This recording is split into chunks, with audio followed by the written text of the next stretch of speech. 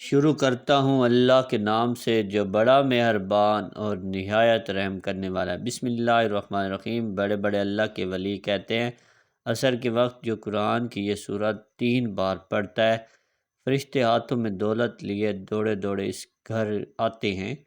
محترم ناظرین، قرآن مجید کی وہ سورت جسے نماز عصر کے بعد پڑھنے سے اللہ اس کو اپنا دوست بنا لیتا ہے، اور یہ سورت وہی پڑھتا ہے جسے اللہ چن لیتا ہے۔ ناظرین، نبی پاک صلی اللہ علیہ وآلہ وسلم نے فرمایا کہ اس سورت کی تلاوت کو ترک نہ کرو، کیونکہ اس کی تلاوت کرنے والے کو اللہ دوست رکھتا ہے اور اپنے پسندیدہ بندوں میں شامل کر لیتا ہے۔ تو جو شخص ہمیشہ اس کی تلاوت کرتا ہے، خدا قیامت کے دن اس کا نامہ اعمال اس کے دائیں ہاتھ میں دے گا اور وہ بغیر حساب کی جنت میں داخل ہوگا، اور آخرت میں اسے اتنا اجر ملے گا کہ وہ راضی ہو جائے گا۔ قرآن کریم اللہ تعالیٰ کا پاک کلام ہے، جو اس نے قیامت تک آنے والے انس و جن کی رہنمائی کے لیے آخری نبی حضور اکرم پر وحی کے ذریعے نازل فرمایا۔ قرآن کریم اللہ تعالیٰ کی صفت ہے، مخلوق نہیں، اور وہ لوح محفوظ میں ہمیشہ سے اللہ تعالیٰ کے جو فیصلے آسمانوں کے اوپر تحریر ہیں، اور وہ کسی بھی تبدیلی سے محفوظ ہونے کے ساتھ شیاطین کی شر سے بھی محفوظ ہیں، اس لیے اس کو لوح محفوظ کہا جاتا ہے۔ اس کی شکل و صورت و حجم کیا ہے ہم نہیں جانتے، مگر قرآن و حدیث کی روشنی میں ہم اس پر ایمان لائے ہیں۔ قرآن قرآن کا مصدر ہے، جس کے معنی ہے پڑھی جانے والی کتاب۔ واقعی دنیا میں سب سے زیادہ پڑھی جانے والی کتاب قرآن کریم ہے، جس کو بغیر سمجھے بھی لاکھوں لوگ ہر وقت تلاوت کرتے ہیں۔ اللہ تعالیٰ نے متعدد جگہوں پر اپنے پاک کلام کے لیے قرآن کا لفظ استعمال کیا ہے، انہ لقرآن کریم۔ اسی طرح فرمایا بل ہوا قرآن مجید۔ قرآن کریم عربی زبان میں نازل کیا گیا، جیسا کہ اللہ تعالیٰ ارشاد فرماتا ہے، ہم نے اس کو ایسا قرآن بنا کر اتارا ہے جو عربی زبان میں ہے تاکہ تم سمجھ سکو۔ اللہ تعالیٰ نے قرآن کریم کو قیامت تک آنے والے انسانوں کی ہدایت کے لیے نازل فرمایا، مگر اللہ تعالیٰ سے ڈرنے والے ہی اس کتاب سے فائدہ اٹھاتے ہیں۔ ماہ رمضان کی ایک بابرکت رات لیلۃ القدر میں اللہ تعالیٰ نے لوح محفوظ سے سمائے دنیا پر قرآن کریم نازل فرمایا، اور اس کے بعد حسب ضرورت تھوڑا تھوڑا حضور اکرم صلی اللہ علیہ وآلہ وسلم پر نازل ہوتا رہا، اور تقریباً 23 سال کے عرصہ میں قرآن کریم مکمل نازل ہوا۔ قرآن کریم کا تدریجی نزول اس وقت شروع ہوا جب آپ کی عمر مبارک 40 سال تھی۔ قرآن کریم کی سب سے پہلی جو آیتیں غار حرا میں اتری وہ سورۃ العلق کی ابتدائی آیات ہیں۔ اس پہلی وحی کے نزول کے بعد 3 سال تک وحی کے نزول کا سلسلہ بند رہا۔ 3 سال کے بعد وہی فرشتہ جو غار حرا میں آیا تھا آپ کے پاس آیا، اور سورہ مدثر کی ابتدائی چند آیات آپ پر نازل فرمائیں۔ اس کے بعد حضور اکرم صلی اللہ علیہ وسلم کی وفات تک وحی کے نزول کا تدریجی سلسلہ جاری رہا۔ غرض تقریباً 23 سال کے عرصہ میں قرآن کریم مکمل نازل ہوا۔ قرآن کی تلاوت ایک بہت ہی عظیم عبادت ہے۔ وہ اس طرح کہ قرآن پاک پڑھنا ہو یا پڑھانا، سننا ہو یا سنانا، سب ہی ثواب کے کام ہیں، اور تلاوت قرآن میں سب سے اہم بات یہ ہے کہ بندہ حرف ایک پڑھتا ہے لیکن ثواب اسے 10 نیکیوں کا ملتا ہے۔ چنانچہ نبی رحمت صلی اللہ علیہ وآلہ وسلم کا فرمان ہے، جو شخص کتاب اللہ کا ایک حرف پڑھے گا اس کو ایک نیکی ملے گی جو 10 کے برابر ہوگی۔ حضور اکرم صلی اللہ علیہ وآلہ وسلم نے فرمایا، بندہ قرآن کے سوا کسی چیز سے خدا کا اتنا قرب حاصل نہیں کر سکتا جتنا قرآن سے، یعنی تلاوت قرآن سے بندہ خدا کا سب سے زیادہ قرب حاصل کر سکتا ہے۔ تلاوت قرآن دلوں کو سکون دیتی ہے، تلاوت قرآن اپنے ساتھ برکت لاتی ہے، تلاوت قرآن سے ایمان کی لذت ملتی ہے، تلاوت قرآن سے اللہ تعالیٰ کی خوشنودی حاصل ہوتی ہے، تلاوت قرآن دنیا کے سارے غموں کو بھلا دیتی ہے، تلاوت قرآن مصیبتیں ٹال دیتی ہے، تلاوت قرآن آخرت میں نجات دلائے گی۔ تلاوت قرآن کرنے والا گویا کہ اپنے رب سے مناجات کر رہا ہے۔ تلاوت قرآن عقل کو بڑھاتی ہے۔ اللہ تعالیٰ اپنے اخلاص کے ساتھ قرآن پاک کی تلاوت نصیب فرمائے، آمین۔ حضور پاک صلی اللہ علیہ وآلہ وسلم نے ارشاد فرمایا، بے شک دلوں کو زنگ لگ جاتا ہے عرض کی گئی یا رسول اللہ صلی اللہ علیہ وآلہ وسلم، ہم اس کی صفائی کس چیز سے ہوگی؟ ارشاد فرمایا تلاوت قرآن اور موت کو بقصر یاد کرنے سے۔ قرآن پاک وہ واحد کتاب ہے جس کا پڑھنا، سننا، دیکھنا اور چھونا سب عبادت اور ثواب کا کام ہے۔ قرآن پاک روشنی ہے، نور ہے، سامان ہے، نجات ہے، ذکر حکیم ہے، صراط مستقیم ہے، اس کے فضائل بے شمار ہے، اس کی تلاوت کا اجر و ثواب بے حد و بے حساب ہے۔ قرآن حکیم اللہ تعالیٰ کی نازل کردہ کتاب ہے، اس میں پوری انسانیت کے لیے رشد و ہدایت اور کامیابی و کامرانی کا سامان موجود ہے۔ یہ کتاب بندوں کو خالق سے ملاتی ہے، گمراہوں کو صراط مستقیم کا پتہ بتاتی ہے، اجڑے دلوں میں ایمان و یقین کے سبزے اگاتی ہے، قلب و جگر کو تقویت، تقوی و طہارت کے نور سے منور کرتی ہے، مایوسی میں ڈوبی ہوئی زندگیوں میں امید و آس کی شمع روشن کرتی ہے، روحانی جسمانی امراض کا صفایا کرتی ہے، پریشانیوں کو دور کرتی ہے، اور اس کے علاوہ نہ جانے کتنی صفات کی حامل یہ بے نظیر کتاب ہے۔ یوں تو انسانوں کی روشن و ہدایت کے لیے متعدد صحیفے نازل کیے گئے، جن میں سے بیشتر حوادث کی نظر ہو گئے اور کچھ باقی رہے تو گزرتے وقت کے ساتھ ان میں تحریف و ترمیم ہوتی رہی، حتیٰ کہ وہ اپنی اصل شکل و صورت سے بالکل منحرف ہو گئے۔ لیکن یہ قرآن کریم کے امتیازی وصف ہے کہ اس کی حفاظت کی ذمہ داری خود اللہ تعالیٰ نے لے رکھی ہے، اور اس کی حفاظت کے لیے ایسا وسیع اور عالمگیر نظام قائم فرمایا ہے جس کے نتیجے میں اس کا حرف تو کیا ایک نقطہ بھی آلودہ تحریف نہ ہو سکا اور نہ ہی ہو سکے گا۔ اللہ تعالیٰ نے لاکھوں کی تعداد میں حفاظ قرآن اور علماء مفسرین پیدا کر دی ہے، جن کا شب و روز قرآن کے پڑھنے، پڑھانے اور اس کو سمجھنے سمجھانے میں گزرتا ہے۔ وہ ہمتاً قرآن کریم سے وابستہ رہتے ہیں اور اس کے علوم و معارف سے فیض یاب ہوتے ہیں۔ یقیناً ان سے بڑا خوش نصیب اور کامیاب کامران کوئی نہیں ہوگا۔ بے شک قرآن کریم دنیا کی تمام کتابوں سے بہر اعتبار فائق و برتر ہے۔ اس کی صداقت و حقانیت روز روشن کی طرح عیاں ہے۔ اس کی حلاوت و شیرینی اور اثر آفرینی ایسی ہے کہ لوگ دیوانہ وار اس کی طرح کھینچتے چلے جاتے ہیں۔ دنیا میں سب سے زیادہ پڑھے جانے کا اعزاز بھی قرآن کو ہی حاصل ہے۔ بے شک یہ کتاب تمام کتابوں سے افضل ہے، جیسا کہ ایک روایت میں ہے، فضل کلام اللہ علی سائر الکلام کفضل اللہ علی خلقہ۔ اللہ کے کلام کی فضیلت تمام کلاموں پر ایسی ہے جیسے اللہ کا مقام تمام مقاموں سے بلند ہے۔ ایک مشہور روایت ہے، حضرت عثمان رضی اللہ تعالیٰ عنہ سے روایت ہے کہ رسول اللہ صلی اللہ علیہ وآلہ وسلم نے ارشاد فرمایا، تم میں سے بہترین شخص وہ ہے جو قرآن سیکھے اور قرآن سکھائے۔ رسول اللہ صلی اللہ علیہ وآلہ وسلم کا یہ خطاب تمام بنی نوع آدم سے متعلق ہے کہ تمام انسانوں میں بہتر و افضل ترین شخص وہ ہے جو ان دو صفات کا حامل ہو، یعنی اول یہ کہ قرآن پڑھتا ہو اور دوم یہ کہ دوسروں کو قرآن کی تعلیم دیتا ہو۔ ظاہر ہے قرآن کریم میں جو علوم ہیں وہ تمام علوم میں سے افضل و اشرف ہیں۔ حضرت ابو ہریرہ رضی اللہ تعالیٰ عنہ سے روایت ہے کہ نبی کریم صلی اللہ علیہ وآلہ وسلم نے فرمایا کہ اللہ تعالیٰ کسی چیز کو ایسے پیار اور محبت سے نہیں سنتا جتنا کہ وہ اس نبی کی آواز کو کہ جو خوش الحانی کے ساتھ قرآن پڑھے۔ ابو سعید خدری بیان کرتے ہیں کہ حضرت اسید بن حضیر رضی اللہ تعالیٰ عنہ ایک رات اپنی کھجوروں کے کھلیان میں قرآن مجید پڑھ رہے تھے کہ ان کا گھوڑا بدکنے لگا۔ آپ رضی اللہ تعالیٰ عنہ نے پھر پڑھا، وہ پھر بدکنے لگا، آپ نے پڑھا اور پھر وہ بدکنے لگا۔ حضرت اسید کہتے ہیں کہ وہ ڈرا کہ کہیں وہ یحییٰ کو کچل نہ ڈالے۔ میں اس کے پاس جا کھڑا ہوا، میں کیا دیکھتا ہوں کہ ایک سائبان کی طرح میرے سر پر ہے، وہ چراغوں سے روشن ہے۔ وہ اوپر کی طرف چڑھنے لگا یہاں تک کہ میں اسے پھر نہ دیکھ سکا۔ صبح کے وقت میں رسول اللہ صلی اللہ علیہ وسلم کے پاس آیا اور عرض کیا، اے اللہ کے رسول صلی اللہ علیہ وآلہ وسلم، میں رات کے وقت اپنے کھلیان میں قرآن مجید پڑھ رہا تھا کہ اچانک میرا گھوڑا بدکنے لگا، تو رسول اللہ صلی اللہ علیہ وآلہ وسلم نے فرمایا، ابن حضیر پڑھتے رہو۔ انہوں نے عرض کیا کہ میں پڑھتا رہا، وہ پھر اسی طرح بدکنے لگا۔ رسول اللہ صلی اللہ علیہ وسلم نے فرمایا، ابن حضیر پڑھتے رہو۔ انہوں نے عرض کیا کہ میں پڑھتا رہا، وہ پھر اسی طرح بدکنے لگا، تو رسول اللہ صلی اللہ علیہ وسلم نے فرمایا، ابن حضیر پڑھتے رہو۔ ابن حضیر کہتے ہیں کہ میں پڑھ کر فارغ ہوا تو یا اس کے قریب صاحبان کی طرح دیکھا کہ اس میں چراغ سے روشن تھے اور اوپر کی طرف چڑھا یہاں تک کہ اسے میں نہ دیکھ سکا۔ تو رسول اللہ صلی اللہ علیہ وسلم نے فرمایا وہ فرشتے تھے جو تمہارا قرآن سنتے تھے، اور اگر تم پڑھتے رہتے تو صبح لوگ ان کو دیکھتے اور وہ لوگوں سے پوشیدہ نہ ہوتے۔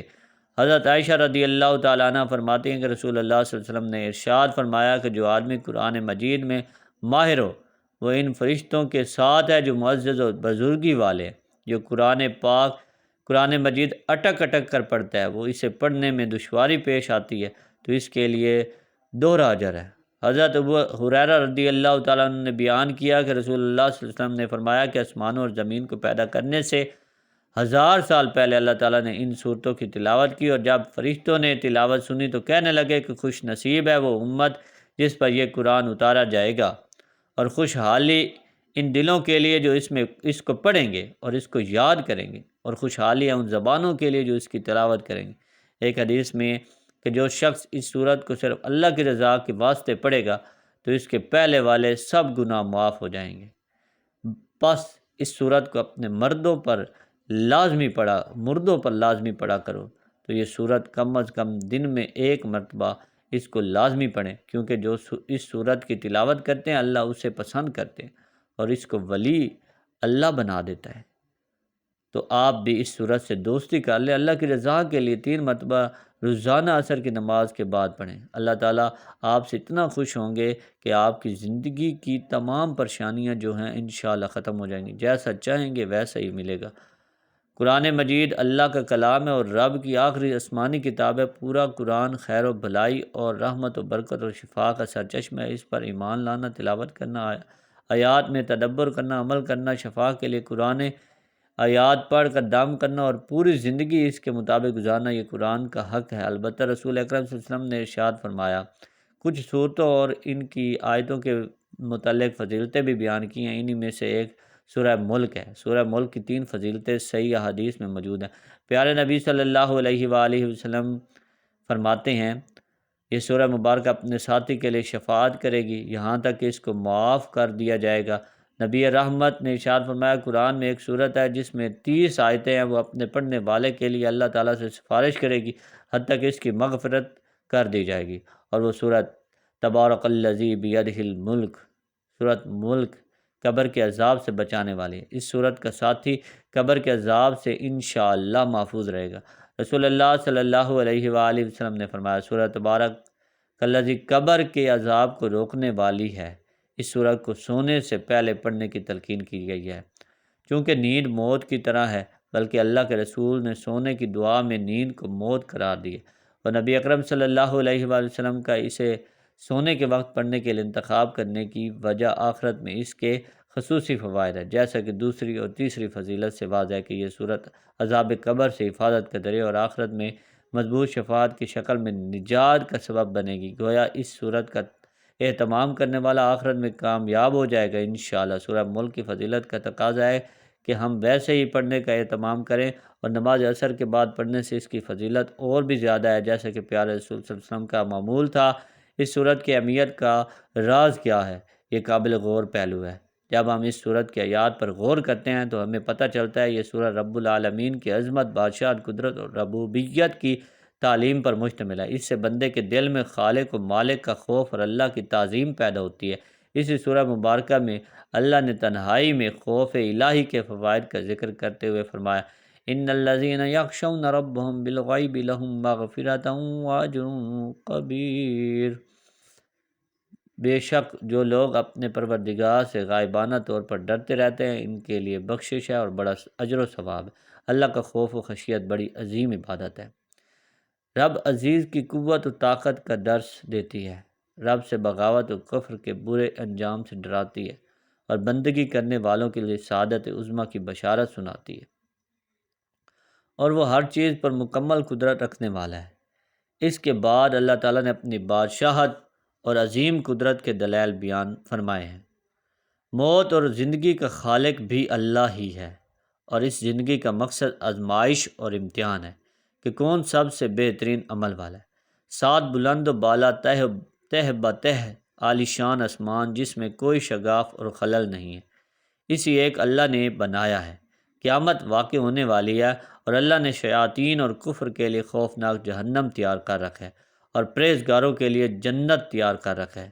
زمین کی تخلیق چلنے کے لیے ہموار راستے، رزق کی فراوانی اور زمین کی نرمی اللہ کی قدرت کی دلیل ہے۔ پرندے جو فضا میں پرواز کر رہے ہیں اور اپنے پروں کی پھیلاتے اور سمیٹتے ہیں، یہ اسی رب العالمین کی قدرت ہے کہ وہ فضا میں باقی رہتے ہیں۔ انسانوں کو رب نے پیدا فرمایا، کان، آنکھ، دل عطا فرمائے۔ روزی کا بندوبست اسی اللہ نے کیا ہے اور رب کی بادشاہت اور قدرت اور رحمت کی دلیل ہے۔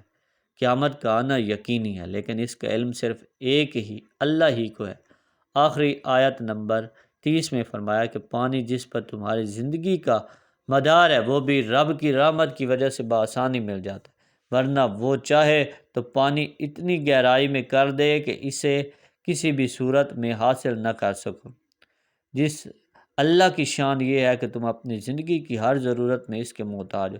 اس اللہ سے بغاوت کرنا کتنا بڑا جرم ہوگا۔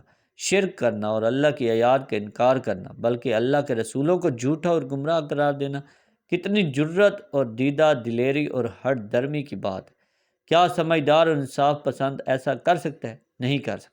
دراصل تکبر و غرور اور دنیا کی محبت، نفس پرستی، من پسند زندگی کی محبت انسان کو اندھا بہرا کر دیتی ہے۔ اس لیے اللہ نے شیاطین اور اس کی راہ پر چلنے والے کفار اور اسلام کے دشمنوں کے لیے جہنم کی شدید و وعید سنائی ہے، اور واقعی ایسا انسان سچ مچ اندھا ہے، بصیرت سے محروم ہے۔ اللہ تعالیٰ سے ایسے لوگوں کو منہ کے بل چلنے والا قرار دیا ہے جسے اپنی راہ دکھائی ہی نہیں دے رہی۔ درج ذیل برکت یعنی خیر میں اضافہ اور دوام ہمیشگی رب کی طرف سے ہے۔ نعمتوں میں برکت ڈالنا صرف رب کا کام ہے، لہذا برکت کے حصول کے لیے صرف رب العالمین سے رجوع کرنا چاہیے۔ تبارک الذی بیدہ الملک، آسمان و زمین کا خالق و مالک اور مدبر اللہ ہے، وہ شہنشاہ ہے، اس لیے اس سے محبت کرنا اور اس سے ڈرنا ہی سمجھداری اور سعادت مندی ہے۔ زندگی کا مقصد ایمان اور عمل صالح کی زندگی گزارنا ہے۔ لِیَبْلُوَکُمْ أَیُّکُمْ أَحْسَنُ عَمَلًا، تنہائی میں رب سے ڈرنا ایک عظیم عبادت ہے جس پر مغفرت اور بڑے اجر کا وعدہ کیا گیا۔ دنیاوی امور اور چیزوں میں مشغول ہو کر آخرت کو فراموش نہیں کرنا چاہیے، کیونکہ دنیا زوال پذیر ہے، دوام اور ہمیشگی صرف آخرت کے لیے۔ وَإِلَیْهِ النُّشُورُ، کائنات میں موجود آیات الہی مثلا آسمان و زمین، سورج، چاند، مختلف قسم کے پھل پھول، اناج، پیڑ اور پودے وغیرہ پر غور و فکر کرنا چاہیے تاکہ رب کی تعظیم پیدا ہو، کیونکہ مخلوق کی عظمت خالق کی عظمت کی دلیل ہے۔ صراط مستقیم یعنی اسلام پر چلنے والا رب العالمین کی نظر میں قابل تعریف اور اس کی بصیرت اور بصارت کی گواہی رب نے خود دی ہے۔ اللہ نے ہمیں پیدا کیا، کان، آنکھیں، دل عطا فرمایا تاکہ ہم شکر ادا کریں۔ ہر نعمت کا تقاضا ہے ہم اپنے رب کا شکر ادا کریں۔ ایمان اور توکل علی اللہ ہدایت کی پہچان ہے اور اہل ایمان کا سب سے مضبوط وصف اور سہارا ہے۔ اس کے برعکس شرک اور رب سے دوری کھلی ہوئی گمراہی ہے۔ قیامت کا علم صرف اللہ کو ہے، یہ اللہ کے وسیع علم کی دلیل ہے، بلکہ اللہ تعالیٰ سینے کے پوشیدہ خیالات کو بھی جانتا ہے۔ یہ سورہ اہل ایمان کو بندگی کے آداب سکھاتی ہے اور ایمان، عمل صالح، خشیت الہی، آخرت، جنت و جہنم پر ایمان، رب کی شکر گزاری، غور و فکر، استقامت علی الدین، توکل علی اللہ اور رب العالمین سے ہمیشہ ڈرنے اور محبت کرنے کی تعلیم دیتی ہے۔ اللہ تعالیٰ ہمیں اس سورہ مبارکہ کی تلاوت کرنے کی توفیق عطا فرمائے، آمین۔ دنیا میں عمومی طور پر انسان مالی پریشانیوں میں جکڑا رہتا ہے، لیکن اس کا حل بھی قرآن مجید میں موجود ہے۔ سورہ ملک کی تلاوت کرنے سے نہ صرف آپ کے رزق میں کشادگی ہوتی ہے بلکہ قرضوں سے بھی نجات مل سکتی ہے۔ اسی طرح اور کیا کچھ فوائد ہیں، وہ کچھ یوں ہیں۔ فراخی رزق کے لیے، ثواب کے علاوہ رزق کی فراخی کے لیے ہر روز نماز عصر کے بعد 3 بار سورہ ملک پڑھیں، اول و آخر 11 مرتبہ درود پاک پڑھیں۔ ہر روز عصر کی نماز کے بعد یہ وظیفہ بلا ناغہ پڑھنے کا معمول بنا لیا جائے تو رب تعالیٰ کے فضل و کرم سے کبھی رزق میں کمی واقع نہ ہوگی اور اللہ تعالیٰ کے پسندیدہ بندوں میں آپ شمار ہو جائیں گے۔ اللہ تعالیٰ آپ کو ولی اللہ بنا دے گا۔ غربت، تنگ دستی اور افلاس دور کرنے کے لیے ہر جمعہ کو نماز عشاء پڑھ کر مصلی پر بیٹھیں اور اول و آخر 11 بار درود پاک پڑھیں۔ درمیان میں 3 مرتبہ سورہ ملک پڑھیں، پھر رب العالمین سے دعا مانگیں اور کسی سے بات چیت نہ کریں۔ حق تعالیٰ نے چاہا تو چند ہی دنوں میں اس پر خدا کا بے انتہا انعام و اکرام ہو جائے گا۔ باوضو حالت میں 7 مرتبہ سورہ ملک پڑھ کر اپنی دکان کے مال پر دم کر دیں۔ اللہ تعالیٰ نے چاہا تو دکان خوب چلے گی اور گاہک وافر مقدار میں دکان میں آئیں گے۔ جس کسی پر بہت زیادہ قرض واجب الادا ہو، وہ قرض ادا کرنے کی طاقت نہ رکھتا ہو، تو اسے چاہیے کہ وہ ہر نماز کے بعد اول 11 مرتبہ درود پاک پڑھے، پھر ایک بار سورہ ملک پڑھے۔ سورہ ملک پڑھنے کے بعد پھر 11 مرتبہ درود پاک پڑھے۔ حق تعالیٰ نے چاہا تو غیب سے قرض کی ادائیگی کا سامان ہو جائے گا۔ جو شخص غربت و افلاس کا شکار ہو، اسے چاہیے کہ وہ ہر روز فجر کی نماز کے بعد 1 مرتبہ سورہ ملک ضرور پڑھے۔ ناظرین، گزارش ہے کہ اللہ تعالیٰ کے 99 ناموں میں سے کوئی ایک نام لکھ کر کمنٹ باکس میں ضرور بھیجیے گا تاکہ آپ کا نام درج ہو سکے۔ آج جو ہم نے جتنی بحث کی ہے اس میں اللہ کریم آپ پر عنایت نازل فرمائے۔